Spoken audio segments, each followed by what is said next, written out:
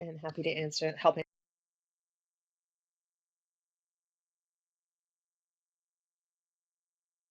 Great, thanks, Julene. So it's a small group. As you have probably noticed, Cynthia Chasty and Julia Richards are on. They are consultants who are being brought on to help us with all of the conference design as well. So big welcome to them.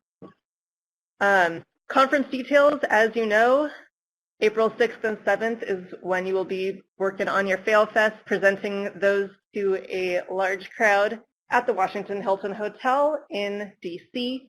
That's near DuPont Circle. I would love to know from the two of you that are on the line, and Cynthia and Julia, you are also free to participate. Have you ever presented a FailFest story before? And there's a little poll box that you can do. I see 2 people already. Excellent.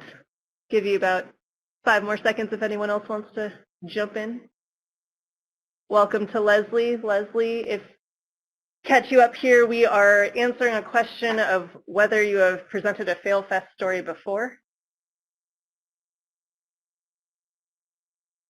Awesome. It looks like most of you have not before, so that's really cool. Second question for everyone before we get into the dirty details here is, how comfortable are you on a scale of 1 to 5 with delivering a FailFest story? And again, there's a place to vote right next to the chat box. Give you a few seconds with that.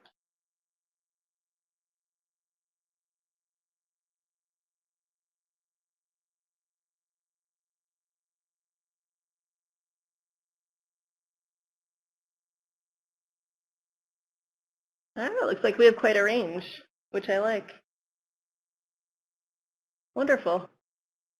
Alrighty, I am going to wrap that up unless anyone has any last second switches they want to make here. Nope. All right. So I'm going to let Darren take it from here. Great. Thanks, Shira.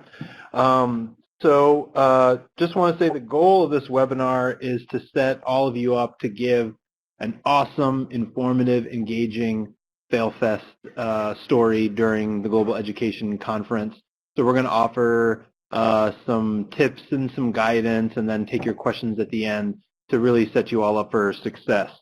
But first wanted to start with just, again, setting the stage that on April 6th, there's going to be about 600 people from across the education sector that are going to descend on Washington, D.C.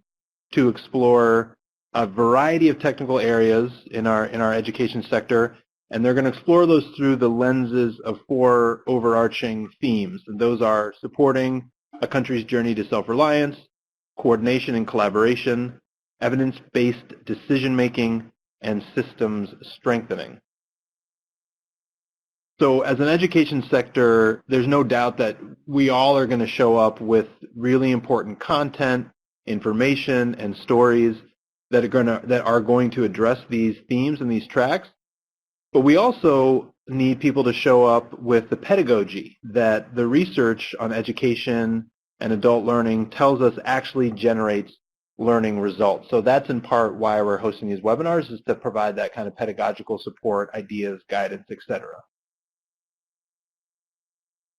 So the research tells us that when we present information, that retention actually goes up by almost 30% when we use graphics, when we limit the amount of text, when we prepare our conversation or our presentation, and when we provide job aids or handouts.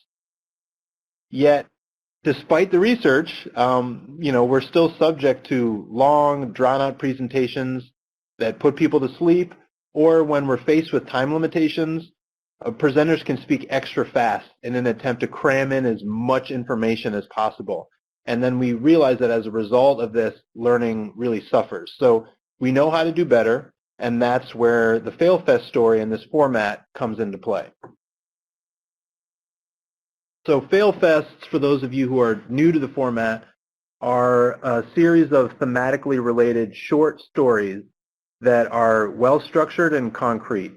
And these stories are designed to celebrate failure and then the growth that comes from lessons learned from that failure. So they provide the audience with an opportunity to relate to the presenter and to apply those lessons to their own work. So the stories, they should be 10 minutes or less, and then audience members have an opportunity after the story is done to ask questions about the story, so the storytellers will have a time to elaborate on certain aspects if need be. There is a structure that FailFest stories follow that makes it a little bit easier for people to figure out how they want to tell their story, but there's 4 parts to it.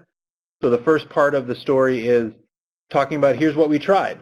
Talk a little bit about that, how it came to be, the rationale behind it, who was in the room, and again, keeping this really personal and first person. Then the second part of the story is, then this is when we knew things started to fall apart and things weren't working. This is, I think, an appropriate time to insert humor if that's your style. I think a lot of people can connect with when they start to see something going off the rails and starting to fail. Then the third part of your story is, all right, this is how we pivoted. So we saw this was happening, things started to go off the rails, started to fail, and so we made the following changes. And then the fourth part is, when it was all said and done, here's what we learned. So maybe we didn't achieve what we wanted, but out of this failure, here is what we learned. So that's the basic FailFest story structure. And again, FailFests these are events that happen all over the world. This isn't like a new format. And so this structure is like a tried and tested format that has worked really well. So I think there was one of you, or maybe 2 of you, in our intro poll that actually has given or delivered a FailFest story. Don't know who it was, that was anonymous, but if you are so inclined, we would love for you to share 1 or 2 tips for delivering a great FailFest story. Or if you're someone who has been to a FailFest and seen someone deliver a FailFest story, it'd be great if you could type in the chat window what you saw as like a best practice. So I'll just pause for 10 seconds here. And again, the person on the webinar who has given a FailFest story, just go into the chat window if possible and type in a tip or 2 on how to do it well.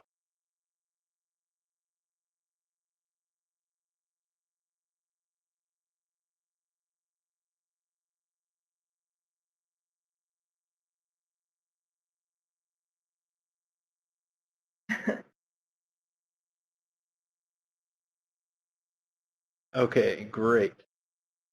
We've got some good comments coming in. So Penelope, we appreciate your tips. Those of you, if anyone's joining on the phone, Penelope writes, given the disasters with the book chain, I've talked about failure quite a bit. So she's got some experience navigating failure. Julia writes, be as candid and honest as possible. Absolutely right. I think one reason why FailFests are like a breath of fresh air, particularly in these large conferences, is because after a while people, they talk around issues when everyone knows there's an elephant in the room. Like there's this big failure that no one's talking about. And the FailFest gives everyone permission to talk about it and in some cases like seek humor in it, but then at the end of the day, learn from it. And I think when people are given permission to talk about failures, it relaxes everybody and can lead to deep learning. Penelope also writes, it's worked best when the issues have been discrete and concrete. Absolutely. We don't want to speak too much in generalities or the abstract. When we can be as concrete as possible is great. And then Penelope also writes, and at the learning knowledge level of the audience. Absolutely right. So know your audience. Maybe don't use acronyms that half the people in the audience have no idea what it is. So make sure that you're speaking to a level that's appropriate. So that's great. So that connects with a lot of the tips that we're going to share in this webinar. And so a couple that we'll add or build on are, to one, keep it short. So we ask that all presenters who are delivering a FailFest story keep it to 10 minutes or less. I think anything beyond that, research shows that human attention span, it starts to wind down. And anything after 10 minutes, they're not really receiving it. So keep it to 10 minutes or less. Make sure that you're telling the story in the first person. This is your story based off of your experience. not someone else's story in another organization or whatever. It really needs to be a story that you experienced. And then third, where appropriate, employ humor. Failure can be hard to talk about, and if we inject some humor into it, some lightheartedness, it makes it a little bit easier, not only for you to tell the story, but for the audience to receive it. So again, we'll return to the 4 elements that the research tells us makes for an effective presentation. Again, those are graphics, limited text, preparation, and handouts. So I'm going to provide some do's and don'ts for each of these elements that you can consider incorporating into the design of your story. So the first is, when using graphics, find and use really high quality graphics that represent the point that you're trying to make. If you're telling a personal story about an experience you've had, perhaps you have some of your own pictures that you've taken or your project has taken, definitely use those so people can really see what you're talking about. You know, a picture, as you've heard, can speak 1,000 words. So when possible, let the images do some of the talking for you or amplify what you're saying. So I think it's worth it to take time to find really high quality images. What you don't want to do when it comes to graphics and images is to try and cram a bunch of graphics onto one slide. It's better to really be selective and to choose the most effective image rather than using too many. I think we get really excited around like, oh, this one's good and this one's good and that one's good, and like, I'll just dump them all on one slide. But it's hard for people to process lots of different images all at the same time while trying to listen and follow someone's story. So it's just better for learning if you just focus on 1, maybe 2 really high quality images that enhance what you're saying. When it comes to text, this can be really tricky anytime we're using PowerPoint, but we really ask that you self-edit. So if you feel like you absolutely need to have text on the slide, and there's no way around it, there's no picture that captures it, and it's absolutely essential that it's on there, you do not need to write full sentences. Instead, just pull out and highlight the keywords or phrases that punctuate what you're saying. That, again, will increase retention and learning.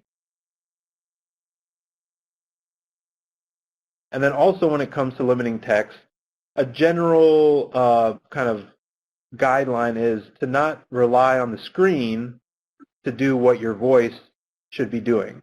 So believe it or not, listening to your voice and watching you speak is much more interesting than reading words on a screen. So if there is a lot of written content that you want to share, don't put it on the screen. Create a handout or provide a handout and make that available to participants. And then when it comes to practicing and preparation, we recommend organizing a couple practice sessions with your office colleagues, with your friends, and then get their reactions and get their feedback to where the story was clear or unclear, where you were speaking maybe too fast or too slow, etc., and then refine your story and your delivery accordingly. But you definitely want to make sure that the first time you stand up and tell your story is not at the conference, that it's in front of a friendly audience, a smaller audience, so you can get comfortable, again, standing up on stage and presenting it and performing the story. So yeah, think of it as a performance just as much as a presentation. And then returning to handouts, like I said, if there is more content that you want to share, an infographic, an article, a blog post, some other knowledge product that the participants can use to dive deeper, get more details about your story. Our goal is to make digital versions of those handouts available in addition to your presentation slides to participants. So we're setting up a system where people can do that. You may have a handout that you want to print out and hand out physically to participants. If that's the case, that's fine. But we ask that really only print out handouts if you're actually going to have people use them during the session, if they're going to like write notes on it, or if it's a graphic organizer. If it's a handout that you expect them to read later, we prefer just to provide a digital version of that just to save paper, time, money, all that stuff. And then I also want to say that you will be provided with facilitation support. So you all should know by now that the FailFest stories, they're grouped together with 2 to 3 other stories that are focused on a similar theme. And based on the configuration of the conference venue, your session will have at least 75 people in the audience, and they're all going to be seated theater style. So what you're looking at on the screen is essentially a version of what you're going to see at the conference, like a bunch of people seated theater style looking directly at you. And based off of that configuration, there are a lot of different ways that we can facilitate your session to make it as engaging as possible. And so TRG, that's part of our expertise is training and facilitation, audience engagement, learning, et cetera. So we'll be providing a professional facilitator in each FailFest session to make sure that your session starts on time and then ends on time, to make sure that the audience is engaged before your story, in between the stories as they're being told, and after all the stories have been told, and that there's a seamless transition from one story to the next. So you all really, all you need to focus on is how to structure and write your story and then how to perform it and tell it effectively. You don't need to spend too much time figuring out, all right, well, once I'm done with my story, how am I then going to transition to the next participant? Who's the timekeeper to make sure that someone's not going to go over their time? Who's going to be there to make sure that the audience is brought in and that their energy level remains high, that there's an evaluation at the end, that we end on time? Those are all things that take a lot of time, attention, and focus, and we don't expect you all to play that role and take on that responsibility. There will be a professional facilitator who will do all of that. And as we get closer to the conference, we're going to let you know who that facilitator is, and they're going to be fully briefed on the theme, the topic of your session, and know how to transition from one story to the next. So with that, we'll leave it there and open it up to any questions you all may have.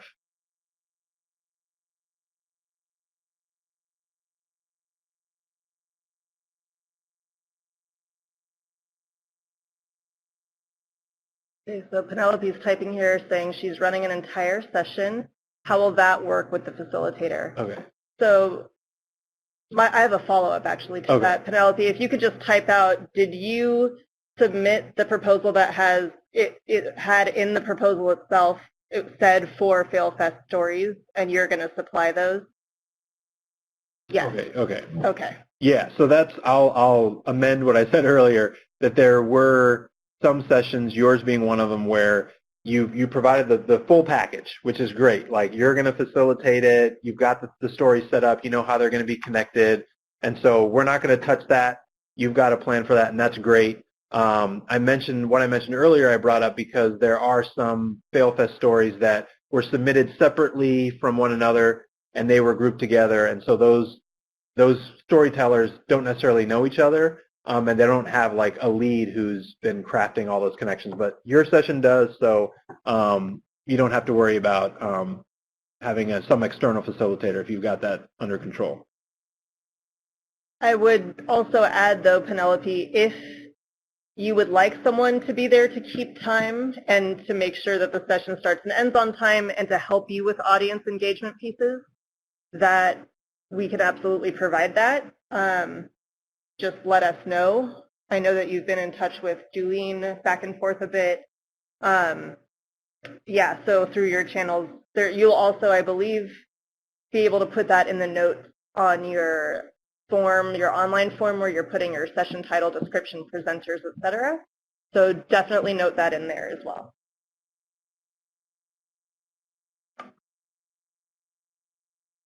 Oops. Cynthia's got a comment here. The best failures I've heard are ones where people were humble, saying this is what we thought would work and why, and here's what we forgot or what went off the rails and why. And that leaves everyone nodding their head and takes away going out from the session feeling like, or takes away from the session feeling like it's a PR session or like it's people saying we can't do that in our context because X, Y, and Z. That's a really great point, Cynthia. And something that we encourage is to use sort of inclusive or relatable language, using we, using I.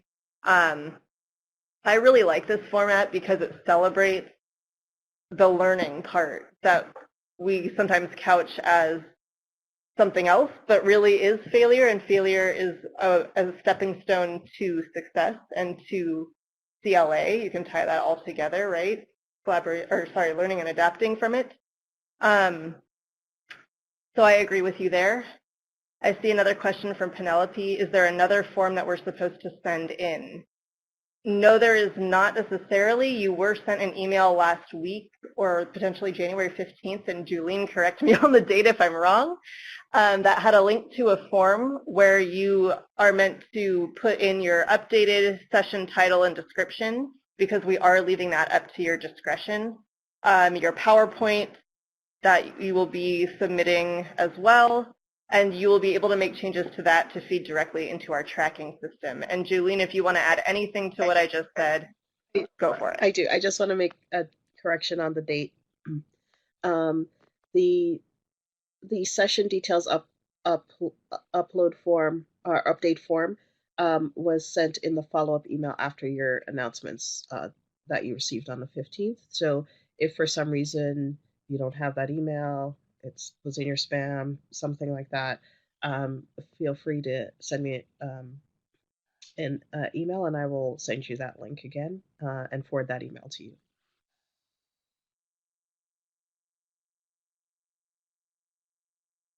Great. Thank you, Julene. I see some people are typing. I'll let you get your thoughts out. I like that. I like that function that we can see that people are typing. I do too.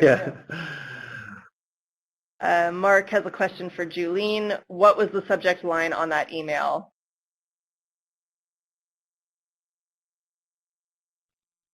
It would have been it would have said your next steps for your presentation.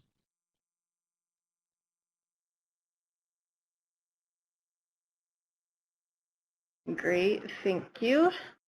From Leslie, I was planning to use a handout and conduct the presentation using the handout. Would you recommend having a PowerPoint as well? Good question.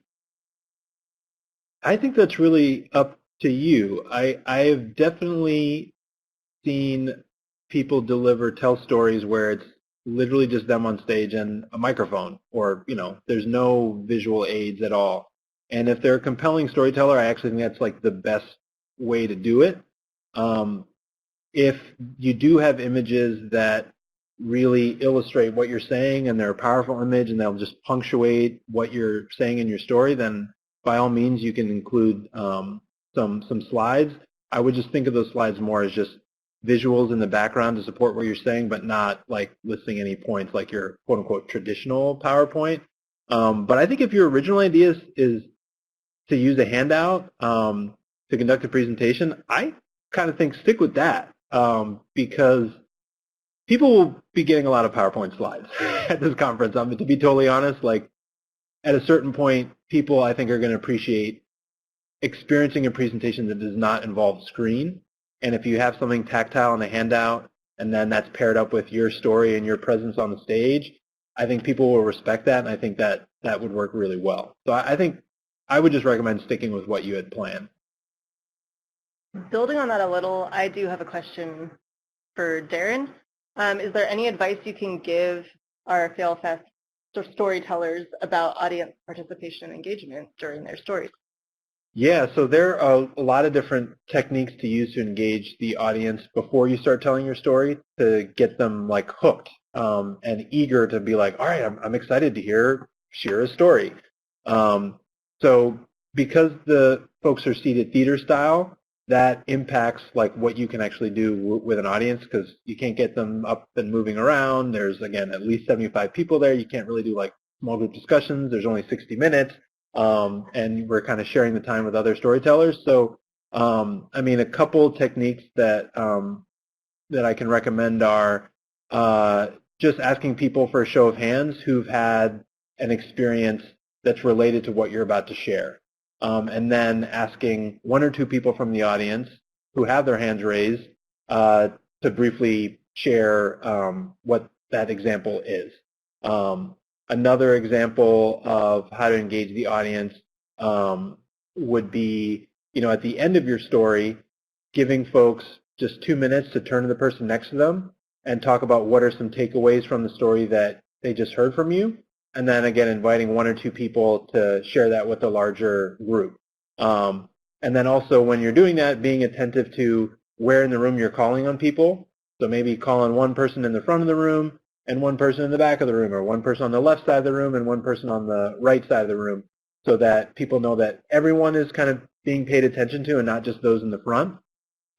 If you're comfortable doing those things before your story and after your story, that's great. We strongly encourage that.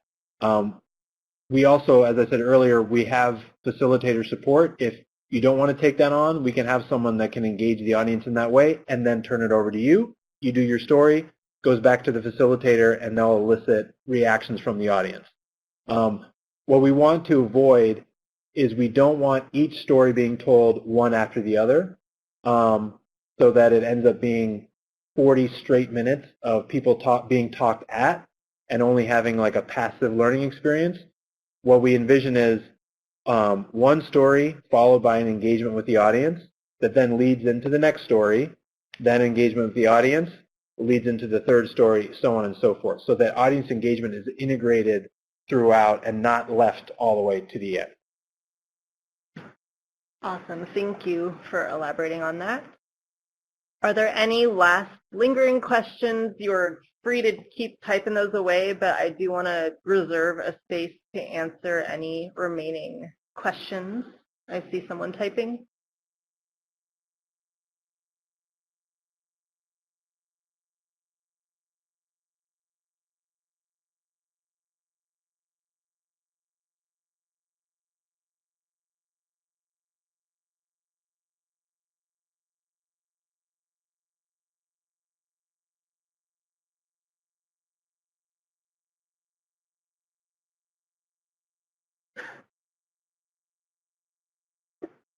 Awesome. So from Mark, I'm in a merged session. I'm assuming the facilitators will help with the transition from ours to the next, but will handle transitions within our session, which has 2 speakers plus a moderator. If you have been merged into a group, oh, go ahead, Darren. I think I'm following what you're saying here, Mark, and correct me if I'm wrong, is that you submitted a FailFest proposal that involved 2 speakers and a moderator, and that has now been merged with another proposal that was submitted separately. And you're able to provide, okay, right, yes, absolutely. So if you have the vision for how the stories that you've submitted that go together, how they transition, again, also how you can engage the audience in between those, you can run that, and then we can provide a facilitator who can build a bridge to the other proposal that, again, you weren't involved with, but we'll make sure there's a clear connection for the audience so that the audience doesn't think of this as, why are these 2 FailFest stories put together? They don't seem to be connected at all. We will provide facilitation support to do that. I want to build on that as well. Definitely reach out to the proposals that you were merged with. You should have received that information when you accepted your invitation to present. Definitely make sure that they know that you have 2 speakers and a moderator on your end. I would be as transparent as possible with them. On the form that you were sent for those merged sessions, you do have the option to receive a little bit of additional support because we know that coordinating that can be difficult. If you think that you would like that support, definitely indicate that on the form so that we can put you in touch with someone to help coordinate the process of putting those 2 or 3 different proposals together. This is support, so Penelope, I see you typing. Sorry that the audio is cutting out. I'm not sure what is happening with that, but hopefully it smooths itself out. Yes, so Mark, those are things that you can do to make sure that your session and the one or two that you're merged with can be a little more coordinated on the front end. And then yes, we will provide a facilitator, most likely in March. We will match you up with a facilitator on the other end.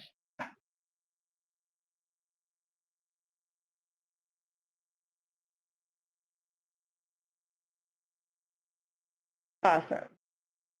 Any last questions? Lingering thoughts, comments, concerns? I see no movement, so I'm going to do the fun part and remind you of things that are coming up pretty quickly here. So on February 9th, just 3 days from now, that is the final day for you and your co-presenters to register for the conference. After February 9th, we cannot guarantee that there will be space for any stragglers. So please make sure that everyone's registered. February 24th is the final day for you and your co-presenters to book hotel rooms at the Washington Hilton if you are planning on doing that. February 28th, this is really an important date for you guys. This is when we need that final session title and your final session description added to the online form. We also ask that you upload a preliminary PowerPoint presentation so that we can do a little bit of following up with anyone that needs it and so that you have something to build off of in the next month, because on March 20th, we ask that your final PowerPoint be uploaded to that online form. So those are dates that you should have in your head. Please keep in mind that you can bring a USB if you make any updates to the PowerPoint after March 20th. You can bring that on a USB with you to the conference. But we do ask that as final as possible, a PowerPoint is there for us on March 20th. It will help us immensely on the technological front to be able to queue those up ahead of time. So it looks like Leslie and Penelope have answered their own questions in the chat here. So now that we've gone through all of this, and we've thrown a lot of information at you, and you've also thrown some great questions back at us, what's one thing that you're going to take away from this webinar as you move forward with your session? Go ahead and type that in the chat box. We will be using these takeaways. Yes, exactly. We will definitely be using these takeaways to help set up the people that'll watch the video and see what they take away from this. So if there are any other takeaways, we appreciate it.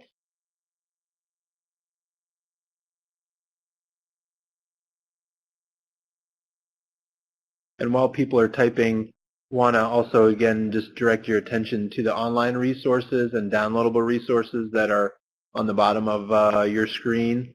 Those are great just for more ideas, some guidance, some inspiration, also the link to book your hotel. So anyway, be sure to check those out before we depart. Additional tips on audience engagement. Okay. That's good. I'll make a note of that for us. Maybe we can provide some resources for you on that. Yeah, and in fact, we just did a webinar this morning for those who were doing panel discussions, and all the audience engagement techniques that we walked through during that webinar are just as relevant for FailFest sessions. So I don't. Maybe we could just send that recording, or that portion of it to these folks as well, because we went like really in depth on audience engagement techniques for the panels, just because those tend to suffer the most when it comes with audience engagement. So there's like 5 different very clear specific techniques with examples, how to facilitate it, all that kind of stuff that we can share with you. Yes. And Mark, you said online resources of examples we can watch. Absolutely. If you go to the FailFest session format toolkit, which is available in PDF in the box right next to the chat, you actually have 2 or 3 examples of FailFest videos. Yeah, there's 2? 2-ish. Yeah.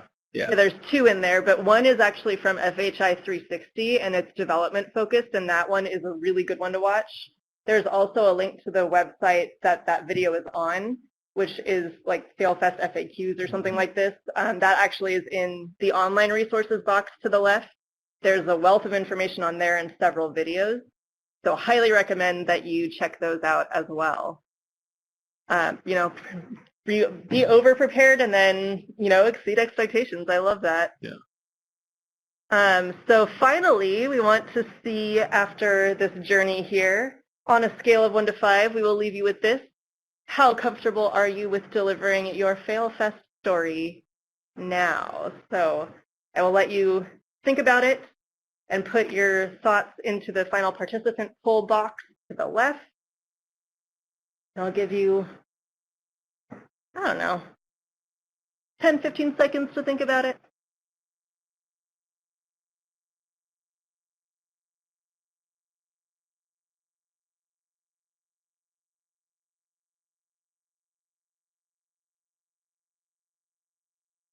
Awesome. And so we thank you for coming, for participating, for a very lively chat box, which I appreciate. Penelope, I understand. We understand we also had a different timeline that changed, so we feel your pain here. If you have more questions, please reach out to us at gfu@usaid.gov. We are monitoring that inbox directly, and we'll get back to you as soon as possible. That is a place if you are concerned. Penelope, if you're having concerns, please do send us a ping, and we will get back to you and try to help you out in any way that we can. But otherwise, thank you so much. And yes, I'm sure it will be fantastic. I actually really look forward to these sessions. Yeah. I was excited that we included this. So thank you so much, and we look forward to seeing your sessions. Yep. Thanks, everybody. Good luck.